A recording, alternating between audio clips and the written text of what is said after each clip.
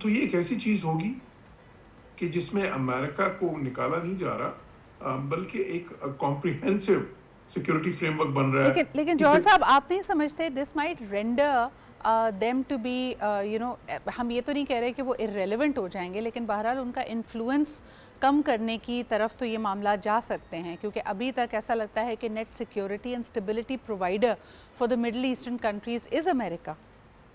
دیکھیں ایک تو خیر امریکہ کا اپنا بھی سٹانس ہے کہ جی وہ دیکھیں امریکہ میں بہت زیادہ اس وقت رائے چاہتی ہے کہ باہر کی جنگوں میں حصہ اس طرح سے نہیں لیں۔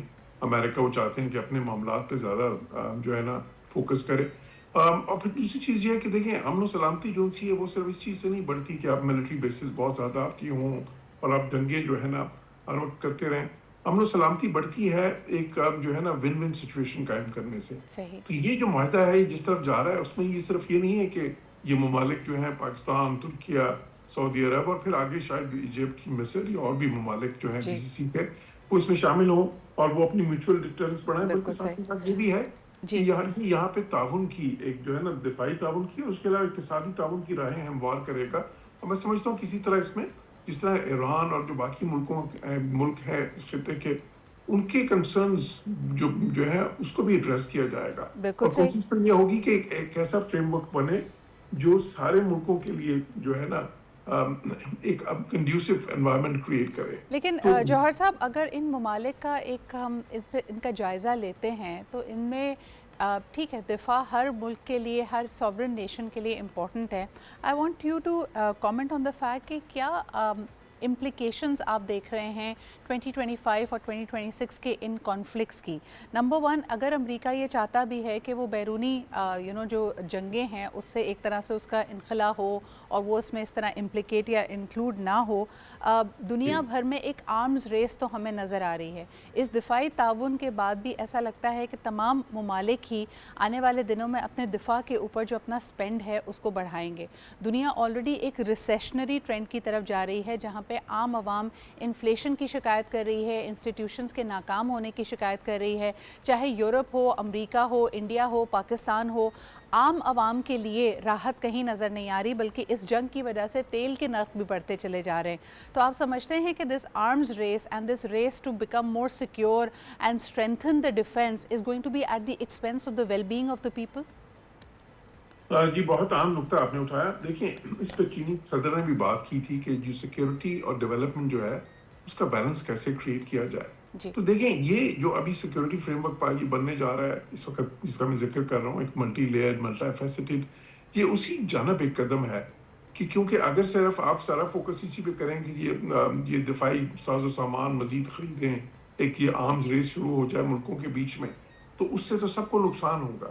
جی لیکن دوسری طرف اگر سارے ملک تعاون کی طرف جائیں آپس میں اور جو ہے نا اعتماد بڑھائیں آپس میں، اور پھر جو ڈیفنس کوآپریشن جب بڑھائیں گے سینرجی کریٹ ہوگی اس سے۔ اگر دیکھیں سارے ملک جب ڈیفنس کوآپریشن بڑھاتے ہیں تو سب کو کم خرچ کرنا پڑے گا ڈیفنس پہ صحیح۔ مقابلتاً اگر وہ صرف خود سے ہی جو ہے نا آن دیئر اون ہی بس وہ جو ہے نا اپنی ڈیفنس کریں اور دوسروں ٹھیک ہے کی جوہر دوسرے کی مدد جوہر شامل نہ صاحب اس ہو میں اس میں۔ بتائیے گا کہ اس وقت جو ایکٹیو کانفلکٹ ہے وہ ایران اور یو ایس کے بیچ میں ہے۔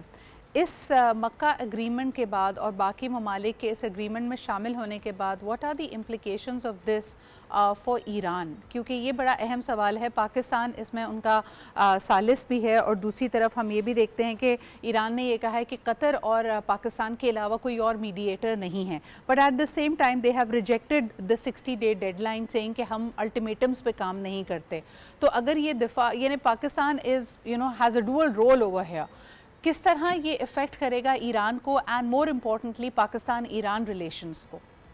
جی بالکل، میں نے اسی لیے کہا تھا کہ دیکھیں اس میں ایران کے جو انٹرسٹ ہیں ان کو بھی انکارپوریٹ کرنا پڑے گا، کیونکہ کوئی بھی ریجنل میکنزم جو بنے گا جی ایک سیکیورٹی فریم ورک، اس میں یہ نہیں ہو سکتا کہ آپ کچھ ملکوں کے جو کنسرنس ہیں ان کو تو ایڈریس کریں لیکن باقی ملکوں کے کنسرنس کو ایڈریس نہ کریں۔ تو اسی لیے اور دیکھیں پاکستان اس دفاعی تعاون میں جو ملک شامل ہیں، پاکستان کے بہت برادرانہ تعلقات ہیں ایران کے ساتھ، ترکیہ کے زبردست تعلقات ہیں، دونوں ہمسائے بھی ہیں ایران کے۔ پھر ساتھ ہی ساتھ سعودی کی بھی ایک مفاہمت ایران کے ساتھ ہوئی تھی جو چین نے کروائی تھی۔ تو اسی لیے یہ میں اس کو سمجھتا ہوں کہ دیکھیں اب تو یہ جو امریکہ کا ڈیفنس آرکیٹیکچر تھا اس خطے میں اس سے پہلے وہ ناکافی ثابت اس لیے ہوا کہ وہ صرف کانفرنٹیشن پہ بیس تھا اور کمپیٹنگ انٹرسٹ پہ بیس تھا، کیونکہ ان کا دیکھیں ان کے جو اسرائیل کی پالیسی ہے، جو امریکہ کی اسرائیل کے لیے پالیسی ہے، اور پھر جو ایران کی طرف تھی، وہ ان پالیسیز کی وجہ سے وہاں پہ کانفلکٹ بڑھا اس خطے میں. بالکل صحیح. اور ابھی جو یہ تعاون ہو رہا ہے ملکوں کا، اور جس طرح کا آپس میں ڈیفینس کوآپریشن اور ایک نیا multi layered security frame work بنانا چاہتے ہیں، اس کا مقصد ہی یہ ہے کہ وہ جو کنفلکٹنگ جو ہے نا انٹرسٹ ہیں، ان سے جو ہے ان کو ایڈریس کیا جائے اور ایک ایسا ماحول بنایا جائے کہ جس میں سب کے لیے اچھا ہو، سب کی سیکورٹی بڑھے.